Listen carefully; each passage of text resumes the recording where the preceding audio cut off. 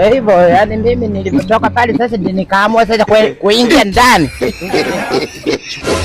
Shika nimalize, shika sasa nimalize, shika mfuko huo. Mzembe. Niomba niache mimi. Wewe bwana unaniepe. Mimi.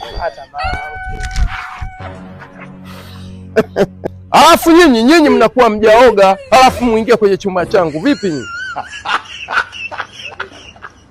Mnaomba lift tu, mnaona mtu katulia kwenye gari yake basi mnakuwa mmeoga nyinyi. Wewe mrembo, nilikuwa nimekuona muda mrefu kule wakati tunakuja.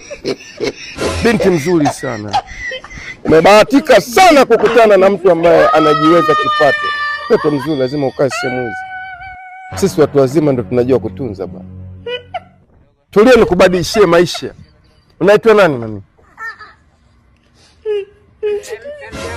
Toka.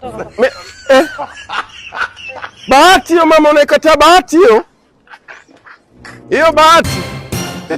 Nongwa. Na ye.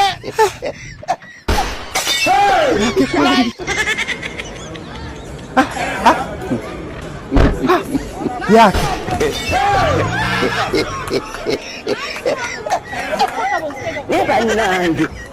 Sasa mbona mkuniambia nyinyi?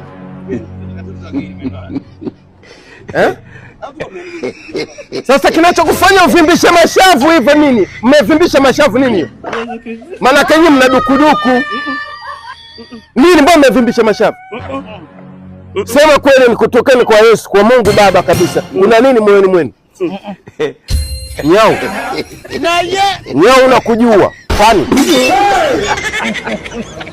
Wajinga wakubwa, puuzi wakubwa. Kinachochekesha nini? Haya mambo ya kiume. Haya mambo ya kiume.